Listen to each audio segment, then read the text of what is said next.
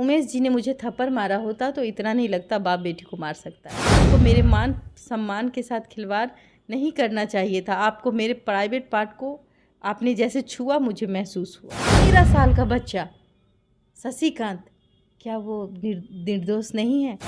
वहाँ आरती भी बैठी थी और बहुत रो रही थी। उसका उस समय इंटेंशन यही था कि मेरा भाई जेल ना जाए।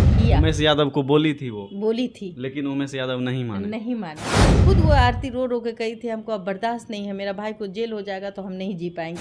मन्नू ने जब मेरा प्राइवेट पार्ट छू भी लिया था तो भी जब आरती हमको समझा रही थी, उन्होंने क्या कहा, बुलाओ जो थाना को बुलाना है, जो डीएसपी को बुलाना है बुलाओ।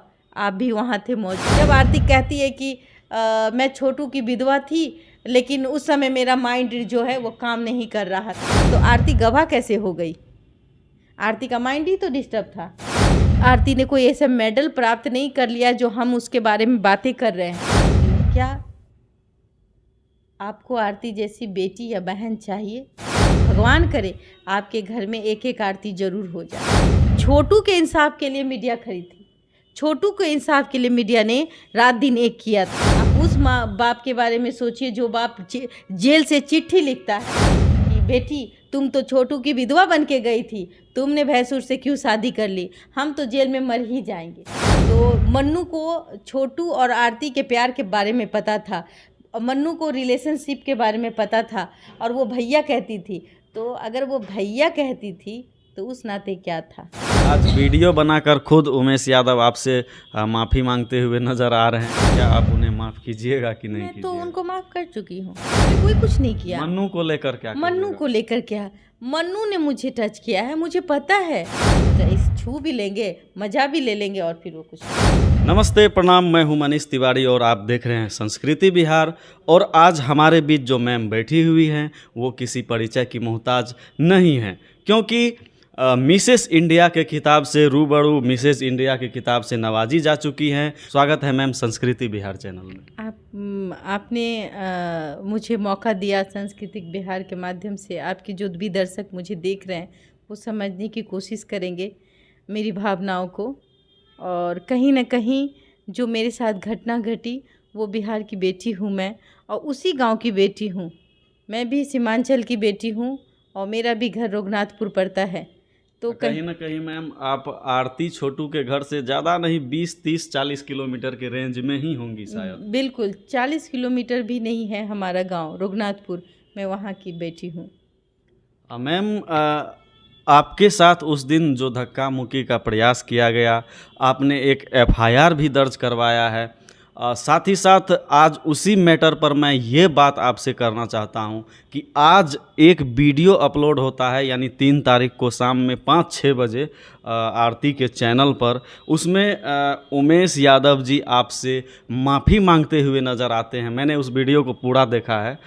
उसमें माफ़ी ये मांग रहे हैं कि मेरा बीपी बढ़ा हुआ था, मेरा शुगर का इलाज चल रहा है, मैं उसी प्रेशर में आकर के आपके साथ बदतमीजी कर लिया, मुझे माफ़ कर दीजिए। रोते हुए दिख रहे हैं उमेश यादव। क्या कहेंगे आप, उन्हें माफ़ करेंगे कि नहीं? एक बात मैं बता दूं, कहीं ना कहीं उमेश यादव जी कहते हैं कि बेटी है, हम भी उनको एक पापा ही मानते हैं, चूँकि हमारे पापा नहीं हैं आज इस दुनिया में, 5 साल हो गया है। और कहीं ना कहीं हमारे दादाजी के गांव के नाम से वो गांव बसा है, रोगनी मिसर रघुनाथपुर। तो हम उस ख़ानदान के बच्चे हैं जहां संस्कार में मैं पली बड़ी हूँ। आप मेरा ये पहनावे पे इसलिए नहीं जाएं कि मैं बिहार से बाहर रहती हूँ, और जब मैं गांव जाती हूँ तो मेरा पहनावा वही देहाती वाला ही होता है। और दहलीज के बाहर हमारे ख़ानदान के बच्चे नहीं जाते हैं। हम लोग दहलीज में डेहरी में नहीं जाए छिए, अखनो डेहरी के अंदरे रहे छिए। तो गांव में जब भी हम लोग पूजा पाठ में जाते हैं तो हम लोग कहीं ना कहीं एक मर्यादित जो हम लोगों का गांव में परंपरा है उसको पूर्ण रूप से निभाते हैं। रही बात अंकल की, तो वो जो आपको रोते हुए दिखते हैं, तो एक बात बताइए, मैं अंकल जी से एक ही बात पूछूंगी कि हमने आप पे केस नहीं किया है, आप हमको गाली भी बके हैं, आपने हमें पागल कहा है, आपने हमें कहा है कि कमीना, क्या क्या कहा है, पर हमने आपको अपशब्द नहीं कही। हमने आपको नहीं कहा बेहुदा, हमने मन्नू को बेहुदा कहा। बेहूदगी वाली क्या बुद्धू या बेहूदगी बेवकूफ़ वाली बेहुदा आ गया, लेकिन नहीं, बेवकूफ़ वाली इस बात करते हो या बेवकूफ़ समझते हो। हमने ये बात मन्नू से कही। आप भी वहाँ थे, आप भी मौजूद थे, और मेरा फेस कहाँ था आप बताइए। मेरा फेस मन्नू से बात कर रहा था, ना कि अंकल जी से। और अंकल जी तो अपने आसमान में थे। उमेश यादव जी खुद ही इतने उग्र थे ना कि मैं बता नहीं सकती। हमने ये भी कहा था कि आपको कोई जवाब नहीं देना है, मीडिया का काम है कब, क्यों और कहाँ और कैसे ये मीडिया करती है। बिल्कुल, ये बात कहीं ना कहीं सही है। अगर कभी बबीता मिश्रा गलत होती हैं तो मैं खुद इन पर भी एक्शन लेके बात करूंगा कि बबीता मिश्रा आप गलत हैं, और अगर ये सही होती है तो कहीं ना कहीं हम सभी इनके साथ खड़े रहेंगे। सही है कि नहीं? बिल्कुल। अगर मेरे मान प्रतिष्ठा मान लेते हैं कि थोड़ी देर के लिए अगर अंकल ने मुझे, उमेश जी ने मुझे थप्पड़ मारा होता तो इतना नहीं लगता बाप बेटी को मार सकता है। हाँ, ये चल जाएगा। आरती ने मुझे मारा होता तो इतना ये नहीं दुख होता। लेकिन मन्नू ने भी, अगर कहते हैं ना गांव समाज में झोटा झटोवल भाई बहन में हो जाए, हाँ, तो वो झोटा खींच लेता, मेरे बाल को खींच लेता, मेरे हाथ पे मार देता, तो भी हमें इतना दुख नहीं होता। पर मन्नू की आदत थी, 3 दिन पहले उसने एक पत्रकार के साथ लठव्वल मारपीट किया था, और जिसके कारण आप देख सकते होंगे उसकी जो मनोबल है वो बढ़ गई थी। और कहीं ना कहीं हम एक महिला हैं, उसको लगा कि भाई जब वो लोग कुछ नहीं किया तो ये महिला क्या करेगी, इसको तो हम टच भी कर देंगे, धक्का भी देंगे, कुछ नहीं है। मैं जानती हूँ फीलिंग्स क्या होती हैं, किसी का हाथ पकड़ने का फीलिंग्स क्या होता है, किसी को टच करने का फीलिंग्स क्या हो। आपको मेरे मान सम्मान के साथ खिलवाड़ नहीं करना चाहिए था। आपको मेरे प्राइवेट पार्ट को आपने जैसे छुआ, मुझे महसूस हुआ। मैम, एक सवाल और है कि आप बार बार कई इंटरव्यू में आपने ये कहा है कि आरती के साथ मेरा कुछ ऐसा बात हुआ है जिसका कि कॉल रिकॉर्डिंग मेरे पास है, मैं वायरल करूँगी, या कुछ भी जो भी आपने कहा है, तो उससे रिलेटेड क्या ऐसा बात आपसे हुआ है आरती का कि आप उनके कॉल रिकॉर्डिंग को रखी हुई हैं, वायरल नहीं कर रही हैं? वो भी समाज की बेटी है, वो भी बिहार की बेटी है। अगर कहता है कि घर में एक चीज़, घर में एक कोई गलती करता है तो उस पर पर्दा डाल देना चाहिए, और गांव समाज में ये नियम है कि किसी की गलती पे पर्दा डाल दिया जाए, तो हम इस चीज़ को नहीं कहेंगे। कहीं ना कहीं अगर उमेश अंकल जी हमसे कहीं ना कहीं लगता है कि उनकी दुखती रथ को हमने हाथ डाल दिया है, तो इसी वजह से वो पैनिक हो गए। वो 13 साल का बच्चा नाबालिग है, आप हमें जवाब दीजिए। मैं जानना चाहती हूँ, जिस तरह आप अपने बच्चे के लिए, इंसाफ के लिए लड़ रहे हैं, तो क्या वो भी किसी के घर का वो 13 साल का बच्चा शशिकांत, क्या वो निर्दोष नहीं है? आरती भी खुद, आरती ने अपने मुंह से कहा है, आरती ने हमसे हेल्प मांगी है कि उसका 13 साल का भाई निर्दोष है। मतलब क्या है? मैम, एक चीज़ और है कि आरती जिस घर में रह रही है तो वो चाहती तो खुद से इस चीज़ को कर सकती थी, अपने भाई के लिए उस टाइप का बयान कर सकती थी, या फिर उमेश यादव जी को कह सकती थी कि पापा वो निर्दोष है, उनका नाम केस से हटवा दीजिए। नहीं। लेकिन उसने ऐसा नहीं किया। वो आपसे ही क्यों बात करना चाहिए? किया। उमेश यादव को बोली थी, लेकिन उमेश यादव नहीं माने। तो फिर वो आपको फिर वो हमको कही कि मैं उनको लगा, आरती को लगा कि मैं समझदार हूँ, मैं कुछ कर सकती हूँ। तो हमने कहा कि ठीक है, मेरे पास जब टाइम होगा, क्योंकि मेरा भी घर वहीं है, तो हम आके एक बार मिल लेते हैं। लेकिन हमने कहा कि आप जाइए एसपी साहब को, वो सुपरविज़न का रिपोर्ट में उसका नाम आराम से कट सकता है, करवा लीजिए। बोला नहीं, सुपरविज़न रिपोर्ट हो चुका है, और एक तो हम बोले आईजी डीआईजी के पास भी जाइए, वहाँ एक आवेदन दे दीजिए। तो मेरा कहने का मतलब था कि मैं जब वहाँ गई और मैंने ये बात किया, तो उनका कहना था, वहाँ आरती भी बैठी थी और बहुत रो रही थी। उसका उस समय इंटेंशन यही था कि मेरा भाई जेल ना जाए। और मैंने उस चीज़ को, चूँकि मैं एक महिला हूँ और एक लड़की है वो, तो मैं उसके दर्द को समझती थी। मैंने कहा कि अंकल जी ये तो बहुत रो रही है। तो उनको कहा कि नहीं, वहू मार लके रे डंटा, इसीलिए उगरा सज़ा मिलना चाहिए। वो डंडा उठेल के रहे, जबकि वो डंडा उठाया कि नहीं उठाया किसी ने नहीं देखा, लेकिन उमेश जी ने कहा कि डंडा उठाया है वो 13 साल का बच्चा, इसीलिए वो दोषी है, वो जेल जाएगा। मैं मानती हूँ कि भाई एक छोटू की मौत बहुत गलत है, होनी नहीं चाहिए थी, लेकिन आप ये बताइए क्या वो 13 साल का बच्चा, खुद आरती कहती है कि वो निर्दोष है, तो और कौन कौन निर्दोष है? सोचने वाली बात है। वो दूध मुहा बच्चा कौन था? उसका क्या कसूर था? रूबी का क्या कसूर था? उसके घर में वो भी तो शादी करके गई थी, उसका क्या कसूर था जो आज वो जेल की सलाखों के पीछे है? हम मीडिया का भी उतना ही रोल है। हम मानते हैं कि एक तरफा एक सिंपैथी देख करके कहीं ना कहीं इस केस का ढूलमूल रवैया हो गया, और आज दूध मुहा बच्चा जो है वो अपनी माँ से अलग है, और वो माँ जो है बेकसूर है या निर्दोष है। कहीं ना कहीं रूबी देवी जो है आरती की भाभी है, उसके बच्चे के बारे में आप कह रही हैं कि वो 1-1.5 साल का मात्र बच्चा है और वो अपने माँ से अलग रह रहा है। बिल्कुल अलग रह रहा है। तो मैं यही कहूँगी कि जब एक डंडा 13 साल का बच्चा मारा और वो सुपरविजन की रिपोर्ट में नहीं छटा और वो जेल में है, और आरती भी कह रही कि वो दोषी नहीं है, वो निर्दोष है मेरा भाई, हम कुछ कर ले भाई। खुद वो आरती रो रो के कही थी हमको अब बर्दाश्त नहीं है, मेरा भाई को जेल हो जाएगा तो हम नहीं जी पाएंगे। तो आप ये बताइए कि क्या वो दूध मुहा बच्चा क्या इस दुनिया अपनी माँ से अलग है? अपने माँ का दूध पीने से वो वंचित है? क्या वो बच्चा को कुछ हो जाएगा तो क्या हमारे बिहार का जो ये समाज है उसको माफ़ करेगा? आप बाकायदा प्रेस कॉन्फ्रेंस कर रही थी, आपको नहीं देना था बाइट, आप उठ के चली जाती, हम आपको नहीं पकड़ते। आप खुद बैठी, आपका डिक्टेटरशिप सो कॉल्ड ससुर जी, जिनका नाम उमेश यादव जी है, वो डिक्टेटरशिप, और बहुत पैनिक हो रहे थे, वो कह रहे थे कि हमको चिन्नी हो गया, माफ़ी मांग लिए। नहीं, ये जो तेज था आपने देखा होगा, आप भी वहाँ मौजूद होंगे जब हम निकल भी गए थे, जब उसने मन्नू ने जब मेरा प्राइवेट पार्ट छू भी लिया था, तो भी जब आरती हमको समझा रही थी, हमसे माफ़ी मांग रही थी, आप देख रहे होंगे, तो भी आरती के वजह से हम पोलाइट हो गए थे, हम जाने की कोशिश कर रहे थे, और हमने कहा कि थाना को फ़ोन लगा दो, निकल जाएंगे। लेकिन उन्होंने क्या कहा, बुलाओ जो थाना को बुलाना है, जो डीएसपी को बुलाना है बुलाओ। आप भी वहाँ थे मौजूद।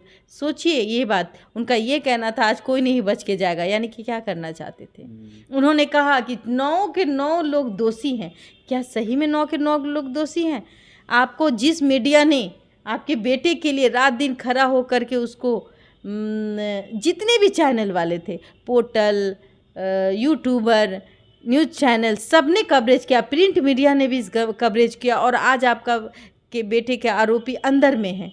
वो एक जांच का विषय है कि कौन आरोपी है नहीं है। लेकिन जब आरती खुद कहती है कि मेरा 13 साल का भाई निर्दोष है, जब आरती कहती है कि मैं छोटू की विधवा थी, लेकिन उस समय मेरा माइंड जो है वो काम नहीं कर रहा था, अब मेरा माइंड ठीक हो गया है, तो क्या जिस समय आरती उस सिचुएशन में नहीं थी तो आरती गवाह कैसे हो गई?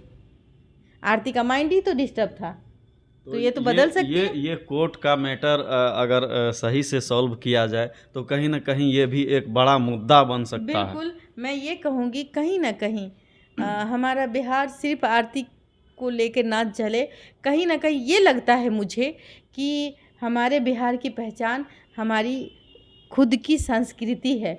कहीं ना कहीं हमारा बिहार जो है वो फणीश्वर नाथ रेणु के नाम से जाना जाता है, वो अररिया। फिर उसके बाद आप कहते हैं आईएएस, बीपीएससी, यूपीएससी के स्टूडेंट जो निकलते उनके नाम से जाना जाता है, ना कि आरती के नाम से जाना जाता है। आरती ने कोई ऐसा मेडल प्राप्त नहीं कर लिया जो हम उसके बारे में बातें कर रहे हैं। आज इसलिए बात कर रहे हैं ताकि मेरे मान सम्मान के साथ खिलवाड़ हुआ है। मैं आपके में जो कमेंट्स आते हैं मैं उनको कहती हूँ, जो आरती के ब्लॉग देखते हैं उनके लिए बेस्ट विशेष देते हैं, मैं उनसे कहती हूँ क्या आपको आरती जैसी बेटी या बहन चाहिए? अगर क्या आप बिहार में हैं, क्या आपकी बिहारी संस्कृति ये है कि कोई आरती 2 बजे रात में, तो कहीं आप अगर ऐसा चाहते हो तो भगवान करे आपके घर में एक एक आरती ज़रूर हो जाए। फिर मैं आपसे पूछूंगी कि आप क्यों 2 बजे रात में कोई ये हो गया शादी करा दो, लव मैरिज। आज आए दिन कुछ ना कुछ होता है। आए आए दिन कुछ ना कुछ आरती जैसे केसेस निकलने को आते हैं। घटना हो चुका हाँ, है उसके बाद। और आरती के बाद भी 10 ऐसे घटनाएं हुई हैं जो कि हमारे चैनल ने भी दिखाया हाल है। फिलहाल में भी एक वायरल हो रहा है, मुजफ्फरपुर में ही एक ऐसा घटना हुआ है कि प्रेमिका है अभी, प्रेमी को मार दिया गया। ये घटना लगातार बढ़ रहा है। आप कहते हैं कि आरती जैसी, तो भाई सबको आरती जैसी चाहिए ना, क्या दिक्कत है? जो भी उनके ब्लॉगर हैं उनको कहिए कि भाई आरती जैसी बेटी ले ले, आरती जैसा बेटा ले ले। मैम एक चीज़ और अभी बहुत ज़्यादा इसी बात को लेके कंट्रोवर्सी हो रहा है कि आरती ने अपने भैंसुर से शादी कर लिया है। इस पे आप क्या प्रतिक्रिया दें? देखिए, प्रतिक्रिया नहीं थी, मेरा ये नहीं था कि मैं ये पूछूं कि तुमने शादी क्यों कर ली, कैसे कर ली। हम मीडियाज़ हैं, हमारे 2 पॉइंट्स होते हैं, कब, कहाँ, कैसे। यानी कि वो उसका हाँ, भसुर नहीं था, क्योंकि आरती ब्लॉग बना रही थी, बाकायदा ब्लॉग में वो कहती थी आज हाथ जल गए, पैर जल गए। अब आरती ब्लॉगर बन चुकी थी, कहीं ना कहीं आरती को छोटू के लिए देखा जा रहा था, आरती को नहीं देखा। छोटू के इंसाफ के लिए मीडिया खड़ी थी, छोटू के इंसाफ के लिए मीडिया ने रात दिन एक किया था कि छोटू को इंसाफ मिले, आरती को नहीं। लेकिन आज आरती के लिए सिंपैथी है। कैसी सिंपैथी? आप उस माँ बाप के बारे में सोचिए जो बाप जेल से चिट्ठी लिखता है, और ये जब उसके बाप ही सवाल खड़े करते तो हम और आप कौन खेत की मूली हैं। जब उसका पिताजी खुद कहते हैं कि बेटी तुम तो छोटू की विधवा बन के गई थी, तुमने भैंसुर से क्यों शादी कर ली, हम तो जेल में मर ही जाएंगे। और वो चिट्ठी उन्होंने एक्सेप्ट नहीं किया, वो तो अपनी बेटी को लिख रहे थे, समझाने की कोशिश आज भी कर रहे होंगे कि मेरा बच्चा सही से रहे। कोई भी बाप, बच्चा कितना भी नालायक हो, कोई भी बाप ये नहीं चाहता कि उसका बच्चा रूट पे आ जाए। जब मैंने पहली बार उनसे बात कही थी तो मन्नू को छोटू और आरती के प्यार के बारे में पता था, और मन्नू को रिलेशनशिप के बारे में पता था, और वो भैया कहती थी। तो अगर वो भैया कहती थी तो उस नाते क्या था? जब हमें पता है कि हम छोटू आरती से प्यार कर रहा है, और उस रात जो घटना घटी तो मन्नू को आरती ने ही फ़ोन किया था। हाँ, आरती ने मन्नू को फ़ोन किया कि भैया बचा लीजिए छोटू को। तो ये बात आप बताइए हमें कि एक तरफ आप कहते हैं कि भाई बहन का रिश्ता होता है, एक तरफ भैंसुर का रिश्ता होता है। हमें रिश्तों से कोई फ़र्क नहीं पड़ता, हमें संदेह से फ़र्क पड़ता है। अब मीडिया को संदेह करने की आज़ादी है, मीडिया को क्योंकि हम लोगों की आवाज़ हैं। मैं पूछूंगी, और आपसे मैं ज़बरदस्ती नहीं पूछी, मैंने आपके मुंह पे कोई माइक नहीं घुसेरा, मैं ज़बरदस्ती आपके कमरे में नहीं गई, मैं बाकायदा प्रेस कॉन्फ्रेंस में पूछी। आपको जवाब देना नहीं था तो हमने कहा भी आप नहीं जवाब देना चाहते तो नेक्स्ट कर दीजिएगा। आप वहाँ थे, आपने देखा कि वो नेक्स्ट कर रही थी। और दूसरी बात कि आरती कहाँ जवाब दे रही थी? उमेश यादव जी जवाब दे रहे थे, डिक्टेटरशिप उनका चल रहा था, गाली गलौज वो कर रहे थे, हम तो बस एक मीडिया के नाते गए थे। तो मैम आप मीडिया के नाते वहाँ पर गई थी, कहीं ना कहीं आरती के लिए सिंपैथी लेकर ज़रूर गई होंगी, लेकिन वहाँ से खुद आपको प्रताड़ित होकर आना पड़ा, लौटना पड़ा। ये बिहार के लिए दुर्भाग्य है कि मिसेस इंडिया रूबरू खिताब से नवाजी गई हैं आप, और आपके साथ आज ऐसा घटना हो जाता है। यह कहीं ना कहीं एक शर्मनाक बात है, जो हुआ है, घटा है, यह नहीं होना चाहिए। क्योंकि कहीं ना कहीं आप बिहार की एक सम्मान है और आपके साथ ऐसा हो गया। देखिए, बस मैं इतना ही कहूँगी कि हमारा जो संस्कार है ना, वो बड़े बुजुर्गों को अपशब्द कहने का नहीं है। आज भी हम बड़े को प्यार करते हैं, और उनके चरणों में ही मेरा सब कुछ होता है, सारा जहाँ उनके चरणों में होता है। मैं भी उसी माँ बाप की बच्ची हूँ जहाँ मेरे पापा मम्मी ने हमें संस्कार दिया। मैंने कभी, और मैं एक बात आपको बता दूं, मैं मन्नू को बेवकूफ़ बोल रही थी, मैंने अंकल जी को बेवकूफ़ नहीं बोला। मन्नू को जब हमने बेवकूफ़ बोला, उसको एकदम सीने में लग गया, और उसको लगा कि अरे जब हम उस मीडिया को मार सकते तो इसको क्या मार सकते। बस इसने बचा, इस छू भी लेंगे, मज़ा भी ले लेंगे, और फिर वो कुछ नहीं करेगा। उमेश यादव जी जो एकदम सीना तान के बोलते हैं कि भाई हमने देखा है 9 आदमी का, एक बार नार्को टेस्ट करवा लीजिए, नार्को टेस्ट होने के बाद पता चल जाएगा कि भाई दूध का दूध, पानी का पानी क्या होता है। और जिस तरीके से मीडिया पर हमला करते हैं, क्योंकि वो सॉफ्ट है, वो तो कुछ करेगा नहीं, तो कहीं ना कहीं छोटू, जब ये तेज कहाँ था जिस दिन छोटू की मौत हुई थी, ये तेज और ये बाहुबली का रूप उनको छोटू के अपने खुद का ससुराल है वहाँ पर, जहाँ की दामाद को विष्णु भगवान का दर्जा दिया जाता है, जहाँ उठ के लोग खड़े हो जाते हैं, वहाँ पे उन्होंने अपनी ये दादागिरी नहीं दिखाई। कौन ऐसा माँ बाप है जो अपने सामने बच्चे को मरते देखेगा? वो खुद मर जाएगा लेकिन अपने बच्चे को मरते नहीं देखेगा। मैम एक चीज़ है कि आज वीडियो बनाकर खुद उमेश यादव आपसे माफ़ी मांगते हुए नज़र आ रहे हैं। आपको ये बोल रहे हैं कि मेरा बीपी हाई था उस दिन, इलाज चल रहा है, शुगर बढ़ गया था, इस वजह से ऐसा हुआ। क्या आप उन्हें माफ़ कीजिएगा कि नहीं? मैं तो उनको माफ़ कर चुकी हूँ। नहीं, उनके कहने का मतलब है कि उनके बेटे पर आपने एफआईआर कर दिया है उस चीज़ को लेकर। मैं बता दूं कि मैं तो उनको ऑलरेडी माफ़ कर चुकी। क्या माफ़ करूँ? वो तो मेरे पिताजी के जैसे हैं, मैंने उन पे कोई कुछ नहीं किया। मन्नू को लेकर क्या? मन्नू को लेकर क्या?